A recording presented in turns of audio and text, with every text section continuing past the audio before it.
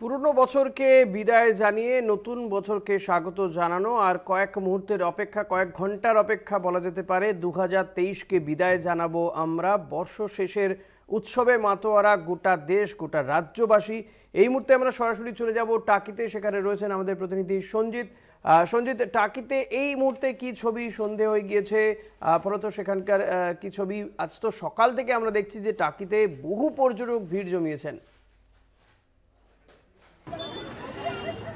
একেবারে দেখো সীমান্ত পারে যে পর্যটকরা তুমি জানো বর্ষবরণ আজকে অর্থাৎ 31 ডিসেম্বরে অর্থাৎ 2023 শেষ বছরে সেই সেলিব্রেট করতে। সঞ্জিত, তোমার কথা ভালো বোঝা যাচ্ছে না, আমরা আরও আসবো তোমার কাছে। তবে দর্শকদের জানাবো নিঃসন্দেহে বর্ষ বিদায়ের উৎসব, কারণ আজ শেষ দিন। 2023 এই বছরের আজকেই শেষ দিন। রাত পোহালেই বর্ষবরণ আর পুরনো বছরকে বিদায় জানিয়ে নতুন বছরকে স্বাগত জানানোর পালা। ইতিমধ্যেই বিশ্বের বিভিন্ন প্রান্তে কিন্তু 2024 সালকে স্বাগত জানানো হয়েছে।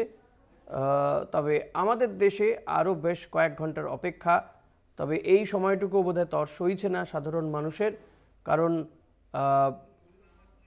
এই বর্ষ বিদায়ের বেলাতেও কিন্তু মানুষ উৎসব মুখর।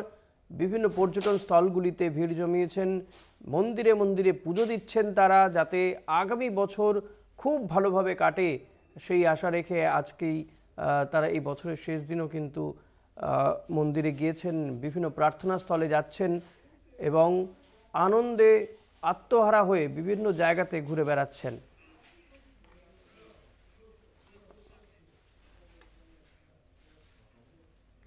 সংবাদ সারাদিন এখন এই পর্যন্তই। দেখতে থাকুন কলকাতা টিভি, রাত দিন 7 দিন।